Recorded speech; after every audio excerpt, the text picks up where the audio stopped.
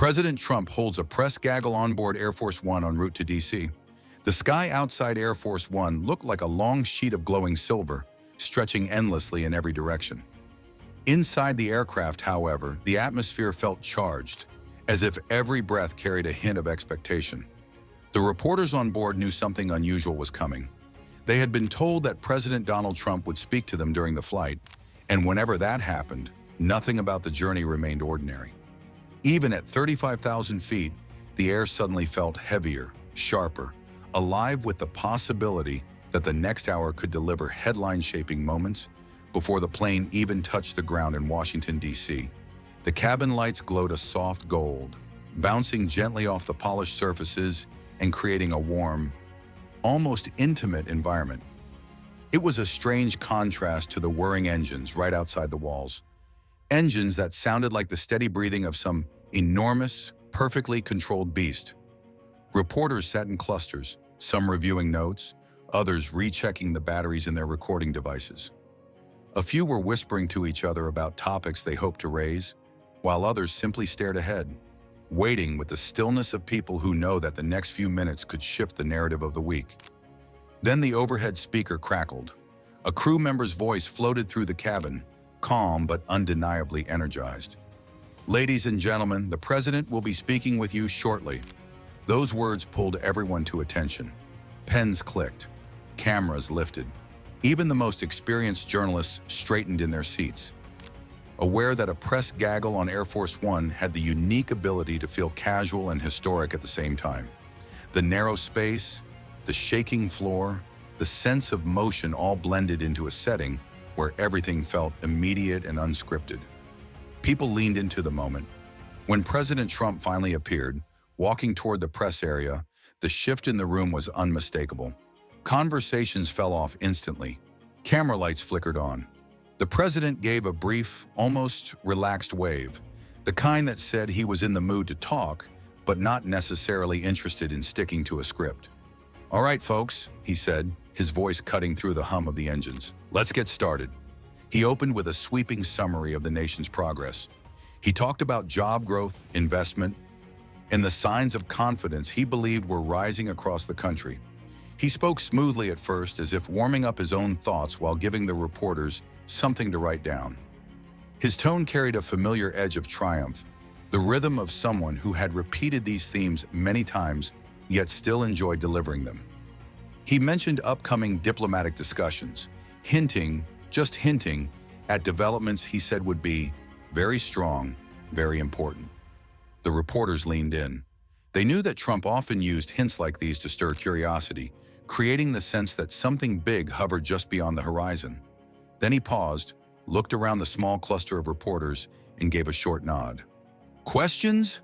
The room erupted, or rather, as much as a room the width of an airplane aisle can erupt.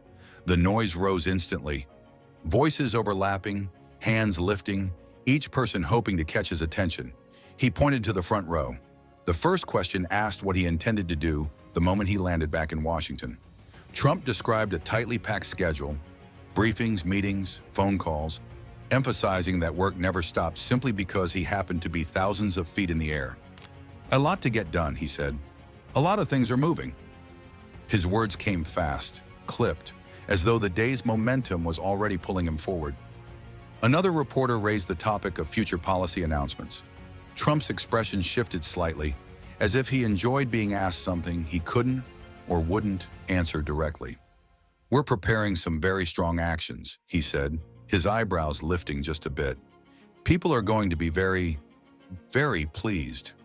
Once again, he kept to broad strokes, letting the reporters feel the weight of his tone rather than offering specifics. The questions grew sharper from there. A journalist asked whether some of his actions had been too rushed. Trump straightened, fixing the reporter with a direct stare. He answered calmly at first, saying that decisive leadership often required speed, not hesitation. But there was an unmistakable tension in his voice. Never enough to break the mood, yet strong enough to make the cabin feel slightly tighter. As always happened during gaggles, the atmosphere gradually shifted into something more familiar, almost conversational. The reporter's closeness to the president made the interaction feel strangely personal. At one point, A journalist asked whether he ever managed to rest during these flights. Trump laughed, a short, genuine burst of amusement. "Not nearly enough," he said, glancing around the cabin as if remembering how rare those quiet moments were. "But the plane's not bad for it, if you ever get the time." A few people chuckled with him, and the tension softened just a little. But the calm didn't linger long. A reporter asked about concerns surrounding the country's healthcare system. Trump answered confidently, saying, "Americans deserve better options and lower costs."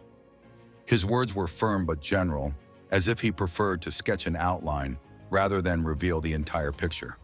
Several journalists waited, hoping he would say more, but he moved on. Another question pressed him on national security. Trump's tone shifted again, lower, heavier. He talked about constant work behind the scenes, continuous adjustments, ongoing protection efforts. Though he didn't reveal any details, the seriousness in his voice was enough to make everyone listen closely. The engines roared softly beneath his words, almost emphasizing the gravity of the topic.